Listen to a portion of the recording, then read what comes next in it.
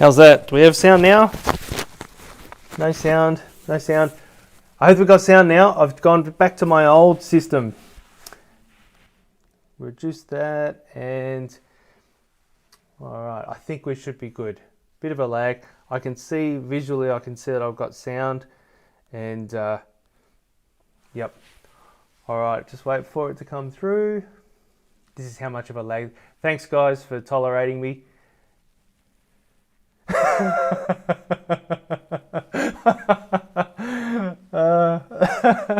Yeah, I can't do sign language either. Oh no. All right, I think we're coming through now. Just wait. You can't lip read.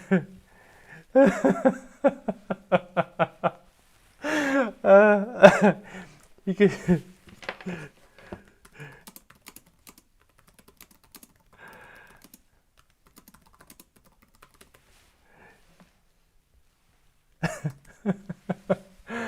Ah, Mike, read the comment. I know I am. Can lip read me laughing at your comments. Anyway. All right. I think we're coming through. Am I coming through? Read the bloody comments. I like it. All right. Just wait. Now is okay. Yes. All right. Okay. All right. Let me start again. Thank you, everyone, for being patient. All right. So, your sound is back. Thumbs up. Fantastic. All right. I was just saying at the very start of this, and how ironic. This is the definition of ironic. I was saying at the very... You still have got nothing, Sally. Oh, no. I'm going to keep going because some of you are getting me now. Yeah, I was saying at the very start of this is the definition of ironic. I was saying at the very start of this, lately my lives have been cutting short at the end, about 30 seconds. And it's because this time of day that I'm broadcasting, where I live, we have really bad internet. And at night time, everyone's on Netflix. During the day, everyone's working. The only time that seems to work for me is 6 o'clock, 7 o'clock in the morning. So I think I'm going to switch the lives and start doing 7 o'clock in the morning again.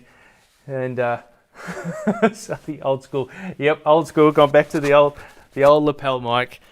And yeah, so, and I think, and another thing I'm trying is to have a photo at the start. And then once I see it coming through on my computer, then I'm going to start talking. So you will see this coming up at the start.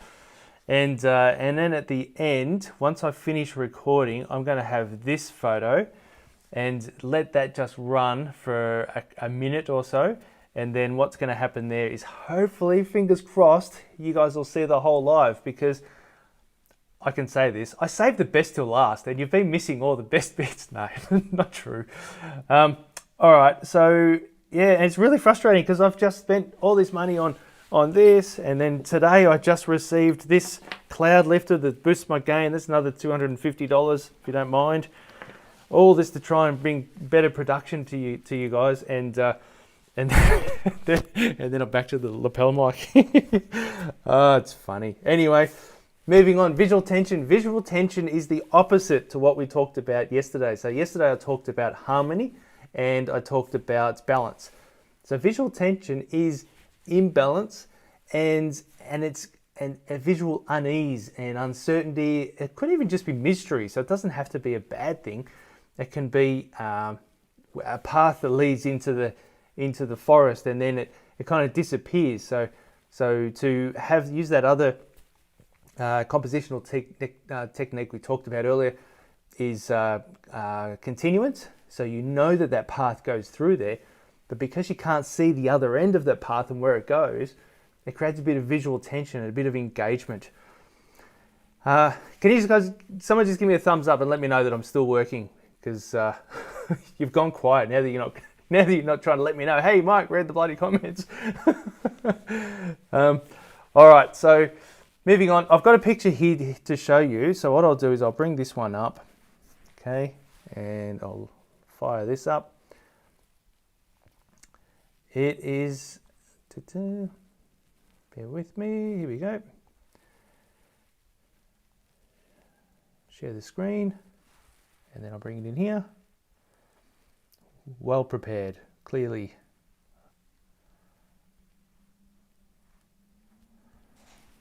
All right, I did have it on here, but I'll bring it back. Here we go. All right, there we go.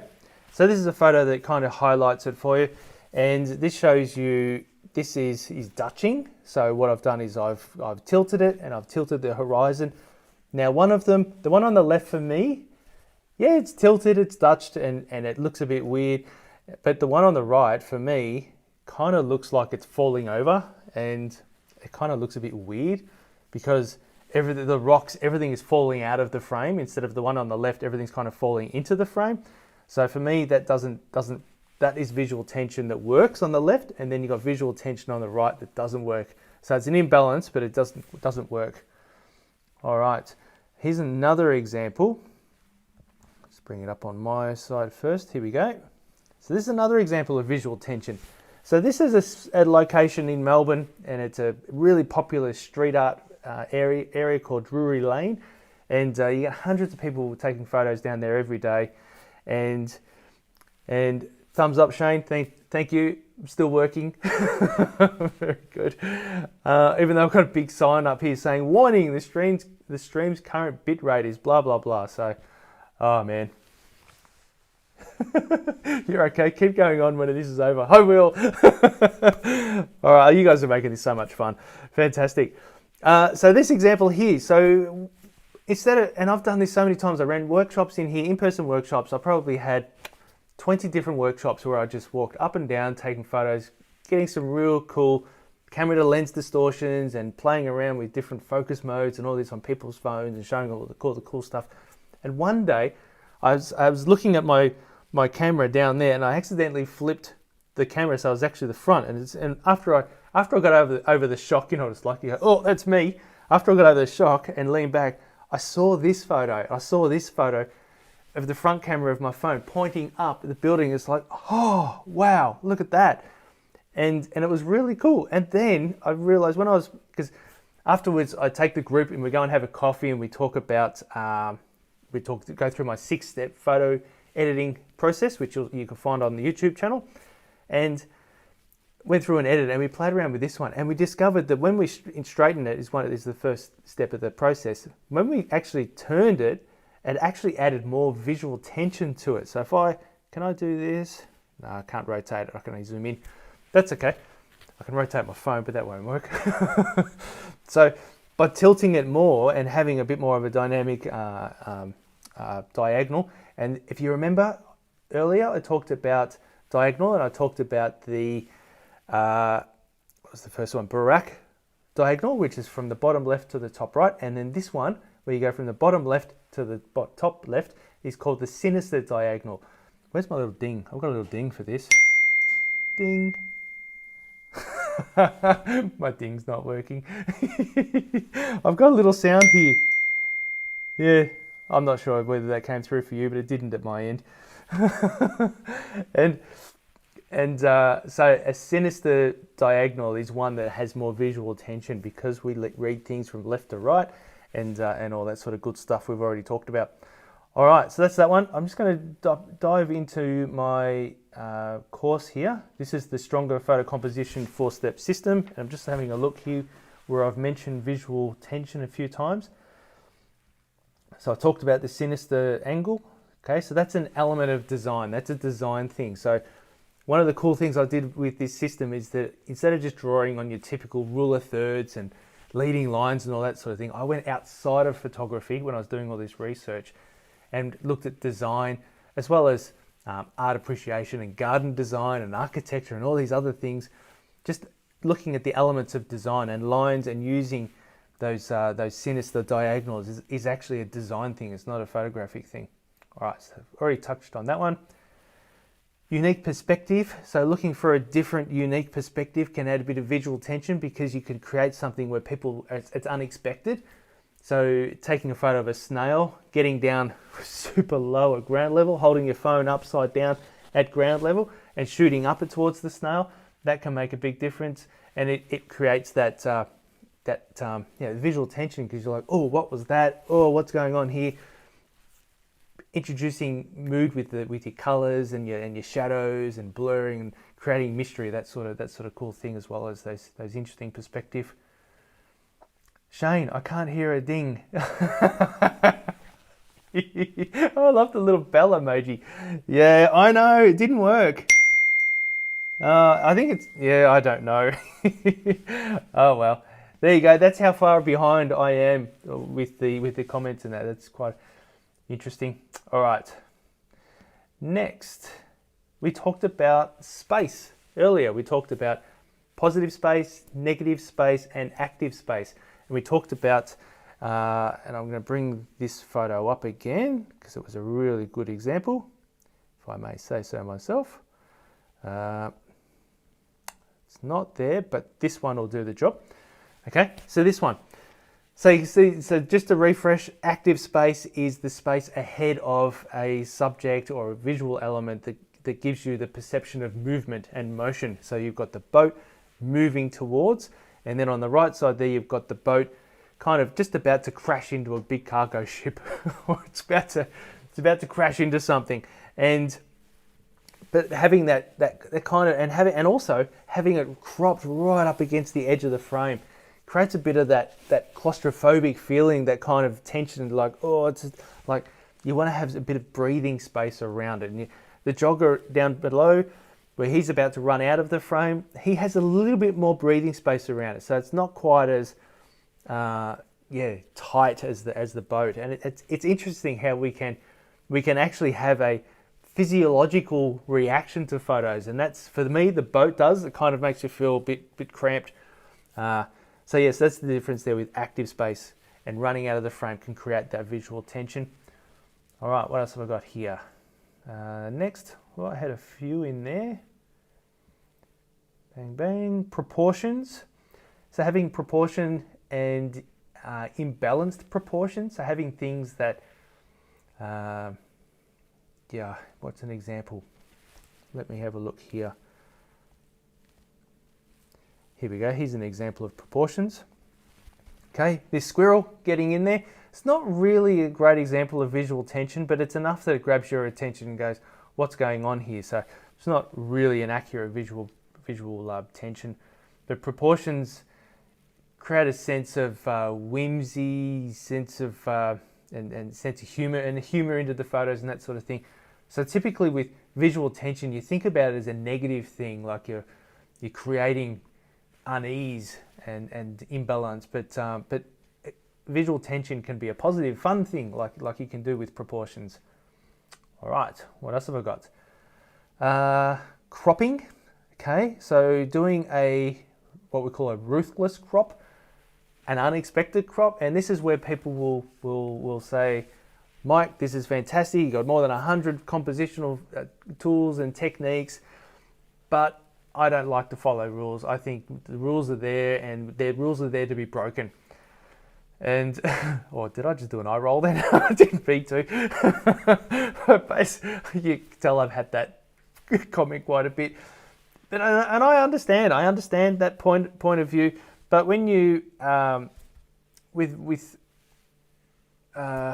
am I trying to say? I lost my train of thought there.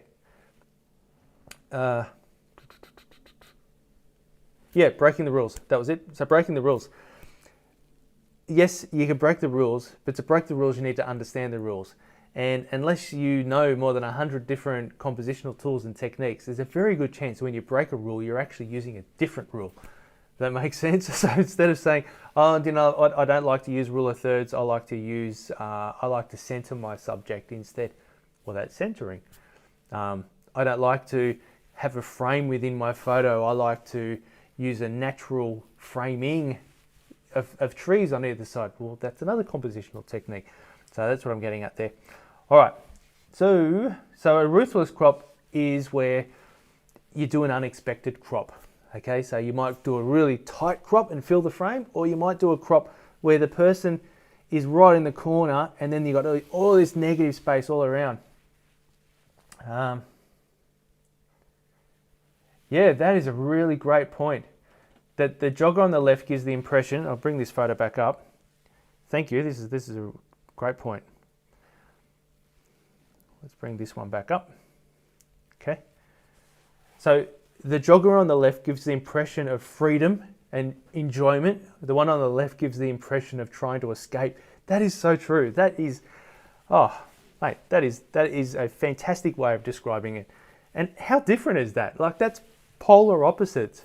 One is, I've got all this to look forward to, this is where I'm going, this is fun. And the other one's like, look behind me, look what's behind me, look what I'm running away from. Yeah, that's a great point. Fantastic. Alrighty, Ruthless Crop, I've covered that. What else did I want to cover? Border Patrol. Okay, so when we crop a photo, we want to, I haven't covered cropping yet, and I've deliberately left cropping until later in this 30-day series because it is a big one. And so one of the things when you crop, and I'm not sure whether I'll cover this because it's such a huge topic, but when you crop a photo, you need to do what I call border patrol. So you need to go around the edges of the frame. Okay, let's see if I can get an example here. Here we go, here's an example. Okay. So I've got this, and I'm covering it. that's handy. The bit that I was going to say attracts my eye and pulls my attention was right in the bit that I'm covering with my own head. All right, let's go to another one here. Okay, all right, let's go with this one. I'm not going to be covering, my head's not going to be covering that one. Okay, this is an example of border patrol. So this is fun. It's there's the original. Check that out, that's the original. And this is a classic, and I'm digressing again, I do this. This is a classic example of where you've got something sticking out at the back of him, and here you've got another duck's head poking out of his bum. So when I did the edit, I cropped that. I mean, I can use touch retouch, and I can do that, but we go back to one of the first days I talked about rule of thirds, and here the horizon's in the middle, so you're not sure whether the foreground or the sky is what's interesting. Here, there's no question, this is not about the sky, this is not about the duck's head poking out the other duck's bum, this is all about the foreground. Now to bring back to border patrol, if I go around the edges, I can see up in the top left, I have a lovely bokeh happening there, but it's like a magnet for me, because once I've finished checking out all this cool detail here, I've left enough space there that now I can go back over there, have a look, oh yeah, cool, and then come back to the duck again. But because of that lovely bokeh that naturally occurred there with that lens attachment, it does kind of pull your attention a little bit, and that's what border patrol is. It has that visual tension where you go, oh gosh, I want to go see what's out there, and I want to know what's going on in that corner, and if it's partially obscured and that sort of thing, then yeah, that's what I'm getting at with that. So border patrol is really good. All right. Now I've finally got to the section in my course where I talk about visual tension. So let me just have a quick read of that, make sure I've covered everything. You can introduce visual tension in any photo just by cropping the subject close to the edge of the frame. Not necessarily a negative thing. What is, and when you do that, I've got here, it leaves you thinking, what would it look like with more space? What is beyond the edge of the photo? So in essence, your intention is to try and foster a sense of mystery and intrigue with the photo as well. All right, okay, I think I've covered it all. I've covered it all. Fantastic. Check your comments, make sure, try to say my name. No.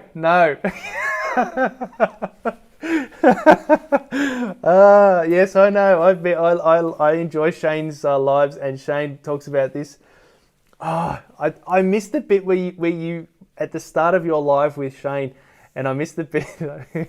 I missed the bit where he introduced you, and you probably both had a laugh over your name, Patrika. I'm going to go with Patrika. All right. Okay, I think I've covered it all there. Just checking my tabs here, all the bits that I wanted to cover. Cool. All right. So next, tomorrow, I've got my list here. Tomorrow I'm going to cover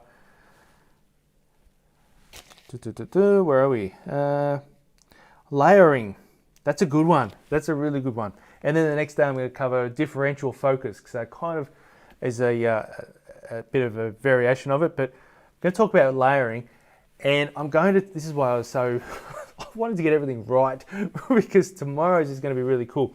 It's going to be, we're going to talk about layering in distances, and we're going to talk about layering using overlap. And 99% of photographers don't even know about overlap when you're talking about layering.